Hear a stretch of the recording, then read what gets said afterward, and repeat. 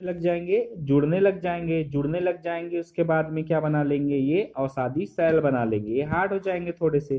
फिर उसके बाद में क्या बना लेंगे, ये सेडिमेंट्री रॉक बना लेंगे। तो ऐसे सेडिमेंट्री रॉक को ही कहा जाता है क्या, ट्रांसपोर्टेड सेडिमेंट्री रॉक कहा जाता है। तो ये जो है हमारा, इसको भी हम लोग तीन भागों में और बांट देते हैं। ये जो हमारा ट्रांसपोर्टेड सेडिमेंट्री रॉक था, इसको हम लोग तीन भागों में और बांट देते हैं। ठीक, तो ये कौन कौन से भाग हैं वो देख लेते हैं हम लोग। तो सबसे पहला आता है आप लोग का मैकेनिकली डिपोजिट।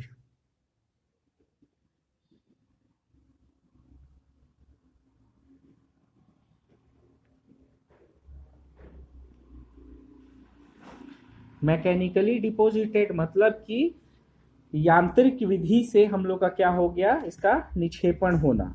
ठीक, सेकंड नंबर का आता है आप लोग का क्या, केमिकली प्रेसिपिटेशन।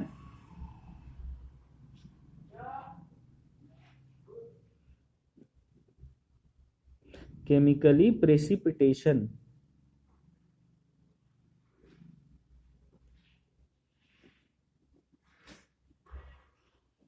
और थर्ड नंबर आता है आप लोग का क्या, ऑर्गेनिकली डिपोजिटेड।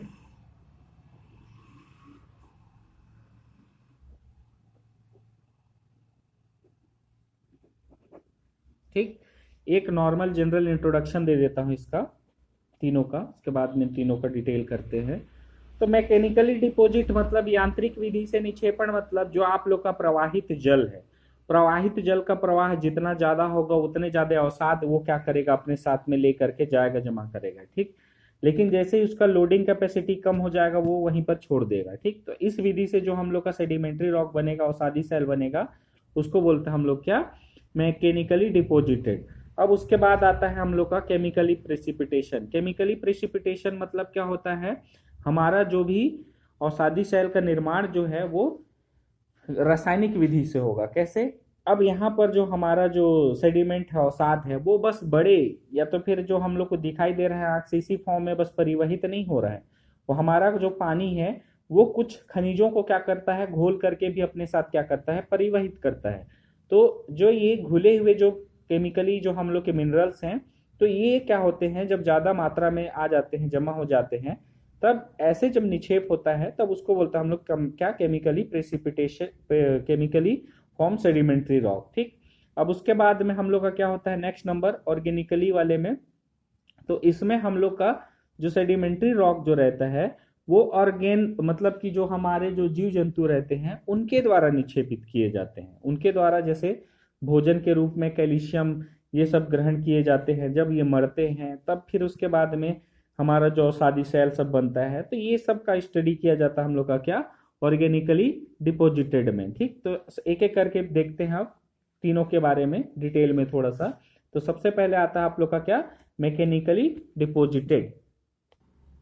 ठीक है, तो मैकेनिकली डिपोजिटेड में क्या होता है कि आप लोग का ये जो पुराना सेल था ये कई छोटे छोटे टुकड़ों में क्या हो गया, टूट गया।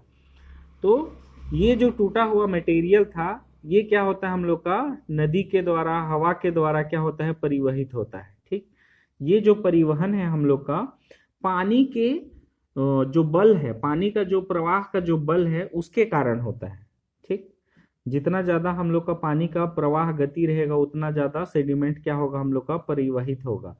अब ये जो अवसाद है या सेडिमेंट है, अब जैसे जैसे नदी का जो परिवहन क्षमता जो है वो क्या होने लग जाता है, कम होने लग जाता है। तो कम होने लग जाता है तो ये क्या होने लग जाता है, अब छोड़ने लग जाता है इन सेडिमेंट्स को, इन अवसादों को।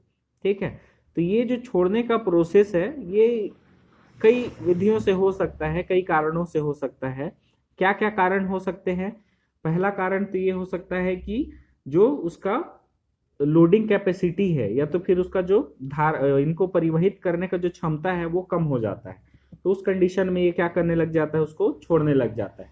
अब दूसरा कंडीशन ये आता है कि ये नदी का कोई रास्ता है, अब यहाँ से कोई, अब एक बेसिन टाइप का कोई संरचना है या तो फिर आप बोल सकते हो कोई गड्ढेदार कोई संरचना है। अब नदी अपने साथ बहा करके सेडिमेंट लाएगा। ठीक, ये छोटे छोटे सेडिमेंट को अपने साथ बहा करके ला रहा है। ठीक, तो अब देखो यहाँ एक क्या है, बेसिन टाइप का संरचना है या तो गड्ढा है। तो अब यहाँ क्या करेगा, नदी इन अवसादों को या सेडिमेंट्स को यहाँ छोड़ने लग जाएगा। ठीक, क्यों, क्योंकि यहाँ गड्ढा है या बेसिन है, यहाँ रुकने के लिए अवसाद को बहुत अच्छा जगह मिल गया है।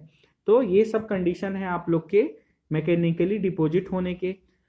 तो अब यहाँ क्या हो जाता है, इन सब प्रक्रियाओं के द्वारा हमारा जो अवसाद है वो क्या हो जाता है, यहाँ छूट जाता है। अब छूटने के बाद में अब यहाँ क्या होने लग जाता है, वही यहाँ कॉम्पैक्शन, ऊपर का जो प्रेशर है, ठीक, जैसे आप एक साल में जितने सेडिमेंट लेके गया, अब दूसरे साल में भी उतना जैसे सेडिमेंट लेके जाएगा, अवसाद लेके जाएगा। तो इस प्रकार से यहाँ कई कई लेयर्स बनते जाएंगे अवसादों के, ठीक। तो इन सब क्या करेंगे, नीचे में दबाव डालेंगे, नीचे में दबाव डालेंगे। अब जैसे जैसे हम लोग का टेम्परेचर और प्रेशर जो है, टेम्परेचर और प्रेशर ये क्या होता है, हम लोग का प्रोपोर्शनल रिलेशन दिखाता है। मतलब टेम्परेचर बढ़ेगा तो प्रेशर बढ़ेगा, प्रेशर बढ़ेगा तो टेम्परेचर भी बढ़ेगा, ठीक। तो यहाँ पर हम लोग का बहुत ज्यादा कंप्रेशनल फोर्स सब लग रहा है यहाँ पर, ऊपर में जो हम लोग का अवसाद जमा होते जा रहा है उसके कारण में। तो यहाँ पर हम लोग का क्या होने लग जाता है कि केमिकल और फिजिकल चेंज होने लग जाता है, ठीक है। तो यहाँ हम लोग का रासायनिक और भौतिक क्या होने लग जाता है, यहाँ परिवर्तन होने लग जाता है, जिसके कारण से हमारा जो सीमेंटिंग मटेरियल्स रहते हैं, जैसे कि हम लोग का सिलिका हो गया या तो फिर कार्बोनेट्स हो गए, तो ये क्या होने लग जाते हैं, हमारे जो ग्रेन्स हैं छोटे छोटे, इनको बांधने का काम करने लग जाते हैं, ठीक। तो ये सब जो छोटे ग्रेन थे ये सब क्या है, सिंगल सिंगल आ रहे थे, लेकिन अब यहाँ पर क्या होने लग जाता है, यहाँ सीमेंटिंग प्रोसेस और बहुत सारे कुछ कुछ प्रोसेस होते हैं। ये आप लोग का आगे जब सेडिमेंट्री वाला जो रॉक है उसमें जब हम लोग पढ़ेंगे तब इसका डिटेल में पढ़ेंगे और ज्यादा। तो यहाँ नॉर्मली यहाँ सीमेंटिंग प्रोसेस सब होने लग जाता है, जिसके कारण से यहाँ पर क्या हो जाता है, एक नए प्रकार का रॉक बन जा रहा है, जिसको कि हम लोग क्या बोल रहे हैं, सेडिमेंट्री रॉक बनते हैं, ठीक। तो इस विधि से जो रॉक बनेगा उसको बोलते हैं हम लोग क्या, क्लास्टिक रॉक बोलते हैं,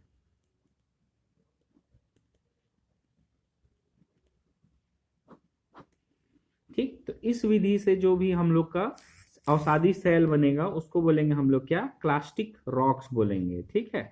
तो क्या बोलेंगे हम लोग, क्लास्टिक रॉक, ठीक। तो ये जो क्लास्टिक रॉक है, या तो फिर जब आप लोग के शब्द आता है जब कभी भी क्लास्टिक रॉक, तो आप लोग के मन में जाना चाहिए कि ये जो क्लास्टिक रॉक है ये छोटे छोटे रॉक के फ्रेगमेंट्स से मिलकर के बना हुआ है। ये छोटे छोटे रॉक के क्या अलग अलग पार्ट से मिलकर के बनता है, ठीक है। तो इसी को इसीलिए बोला जाता है क्लास्टिक रॉक्स, ठीक है। तो ये जो है हम लोग का क्लास्ट से मिलकर के बना होता है। तो ये हो गया आप लोग का क्या, मैकेनिकली डिपोजिटेड आप लोग का सेडिमेंट्री रॉक, या इसको बोलते हैं हम लोग सेकंड नाम से क्लास्टिक रॉक्स के बारे में, ठीक। तो ये आप लोग का रॉक के फ्रेगमेंट से मिलकर के बनेगा। तो इतना है आप लोग का क्या, मैकेनिकली डिपोजिटेड वाले में। अब उसके बाद में सेकंड आता है हम लोग का क्या, केमिकली प्रेसिपिटेशन।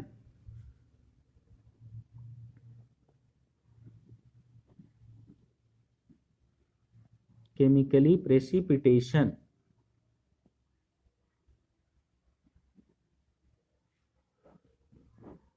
ठीक। या इसी को क्या कहा जाता है हम लोग का, केमिकल डिपॉजिट्स कहा जाता है।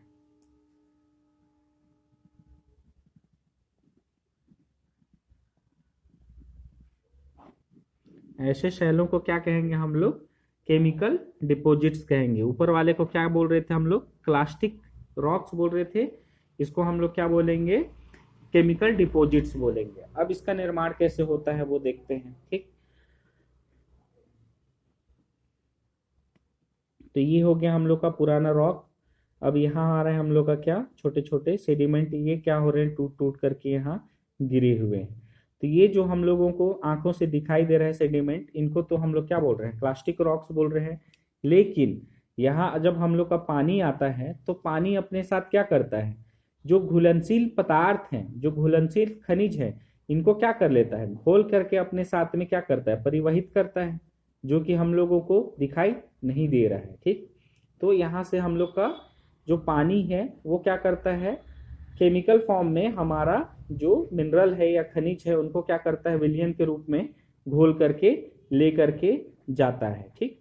क्यों, क्योंकि जो हमारा जो पानी है वो एक अच्छा विलायक के रूप में भी काम करता है, एक अच्छा क्या करता है, विलायक के रूप में काम करता है। तो जो हम लोग का मिनरल्स है, जैसे कि बहुत सारे आयरन हो गए, ठीक है, कैल्शियम हो गए, सिलिका हो गए, तो ये सब क्या होते हैं, पानी में कभी कभी घुल जाते हैं और घुले हुए फॉर्म में ही क्या होते हैं, परिवहित होते हैं।